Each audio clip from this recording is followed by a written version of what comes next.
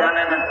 হাফেজ সন্তান কবরে নেমে হাত দুটো উঁচু করে বলে, দাও আমার বাবার লাশ, আমার মার লাশটা আমার কোলের উপরে দাও। জীবনে মাকে কোনোদিন কোলে নিতে পারি নাই, বাবাকে কোনোদিন কোলে নিতে পারি নাই। ওই বাবার কোলে কত পেশাব করেছি, পায়খানা করেছি, কত নোংরা করেছি। ওই মায়ের বুকের উপরে, কোলের উপরে কত নোংরা করেছি। কত বছর কোলে পিঠে করে নিয়ে আমাকে মানুষ করেছে। জীবনে আমার মাটারে কোলে নেওয়ার মতো সুযোগ আমার হয় নাই। আমার বাবাকে কোলে নেওয়ার মতো সুযোগ হলো না।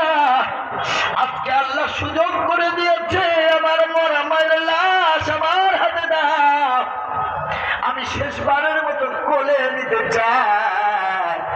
হাতের ছেলেটা আব্বা মায়ের লাশ কোলে নিয়ে হাউ মাউ করে কাঁদে।